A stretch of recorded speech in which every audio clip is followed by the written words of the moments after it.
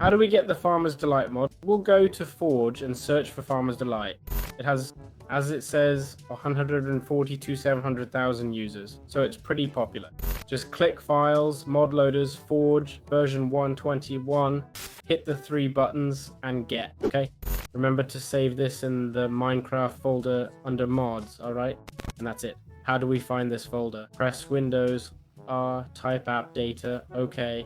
Then roaming, Minecraft, and mods. Got it? We'll find it there. Importantly, Farmer's Delight doesn't need any other mods, so we can use it right away. How does the knife work?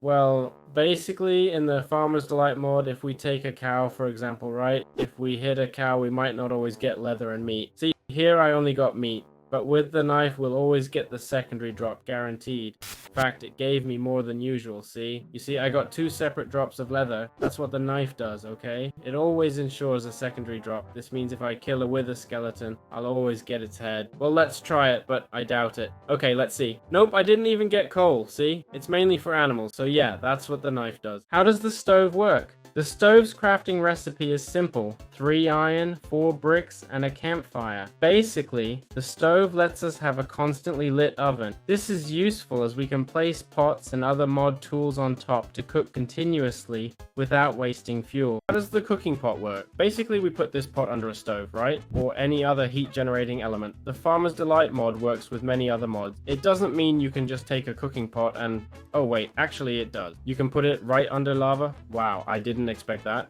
And a campfire too? Didn't see that coming at all. Let's see, campfire.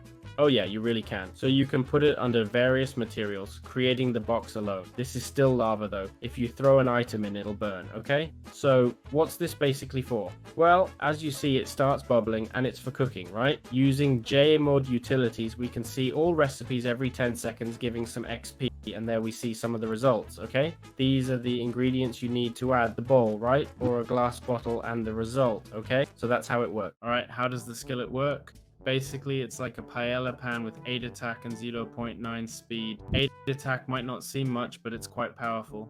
For simple crafting, 1 brick and 4 iron ingots. So if I grab a zombie now, right, and hit it with my paella, I can take half its life with just 4 iron ingots. I think the mod creators went a bit overboard, but let's look at its uses. Ah, it has a knockback too, as if that wasn't enough. It can be enchanted, charm is 5, wow. Well, it can also cook food, okay? Let's take beef, for example. Right click to place a whole stack. If I stand in the sun, you'll see the entire stack cooking. You need to put a stove underneath, okay? It's mandatory. The stove is this oven here, got it? It works like a campfire, cooking 1 item at a time. And that's it, simple as that. That's how this tool works. I hope you found this useful. How does the cutting board work?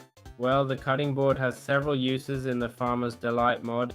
It's pretty straightforward. This cutting board is useful because we can place items on top of it, right? Using a knife or axe gives different results when cutting materials. Take beef, for example. We can use it to cut beef into smaller pieces. Just right click and you're done. It's that simple, see? This way we can get lots of new ingredients in the mod. This time we're going to be finding seaweed. Well, basically, as the name suggests, we can find this plant, as we can see, on the shores of the beach, right? So yeah, we can find them in the Farmer's Delight mod. Interestingly, when we break this plant, it gives us beet seed. Where can we find wild cabbage? Basically, it's found along the beaches, okay? Well, it says so here. It's common as a wild plant on coastal shores. When we grow it, we can get cabbages and seeds, just so you know. Keep that in mind. Where can we find onions? Onions appear like this and are found in plains and forests. Okay? When we break this, we'll get the onion, allium, and 4 seeds. So it seems I didn't get seeds this time.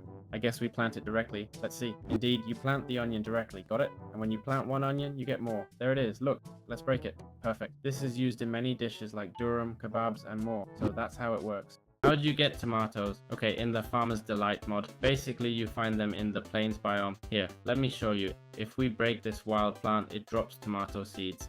When it grows, we don't need to break it. It gives tomatoes directly. Tomatoes restore half hunger and saturation. Great for recipes like BLTs or burgers. Tell me how to find rice. Rice, basically. We have it over here. Can't grow it. gotta catch it wild or something. It says, rice is found on wild plants in wet areas, jungles, and swamps. I get it needs water, that's why I can't plant it. Alright, let's put it here like this. Now it's wild, but it has to be in water. Let's see. It has to be in water. How interesting. If we keep at it, we'll get rice without any issue. If we break this plant, we'll get... here we do get rice, okay? Not sure if we can plant rice directly, but it'll grow slower. And that's how easy it is to grow rice. Alright, to wrap up the Farmer's Delight mod explanation, I wanted to briefly cover which are the best foods, okay? To start, one of the best meals you can make is fried egg. Alright, it's made with chicken eggs cooked, and from it you can make egg sandwiches, for example, and that's incredible. I mean, look at how much saturation it provides. You can also make something fancier like bacon and eggs, but getting that is a bit more... You need to craft bowls and such. And the bacon, you have to get manually using the knife. It's a more complex process, but you get this cooler bread. Obviously, there are tons of foods, but for practical cooking, it should be easy to make, right? Hey, it could be replicated, crafted, or even automated. Chickens give you eggs, just make an egg farm and you're set. For wheat, make a wheat farm and you've got it covered. So grab bread and egg to make a meal that will keep you full. There's milk bottles too, which you can stack up to 16. You can carry 16 and drinking leaves a residue, okay? It removes all negative effects, by the way. Hot cocoa only removes negative effects. Correction, milk removes all effects, cocoa just negative ones.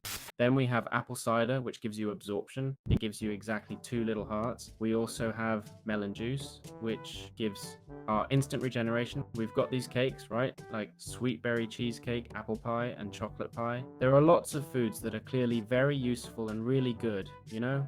I've just tried to give you an idea, okay? But I'm not saying there aren't more good foods out there like this one. If you make a rice farm, watch out. You can do many cool things with rice. Look at this recipe with carrots, dried kelp, and rice. You can farm all this and make this recipe here, for example. Got it? So be careful. You can even automate this recipe too. It depends on how much you want to automate things or craft food yourself. With this mod, you'll find lots of food in loot chests, which is pretty cool, right? Also, I guess you like cooking, making a nice dish, inviting a friend over for a homemade burger. That's it.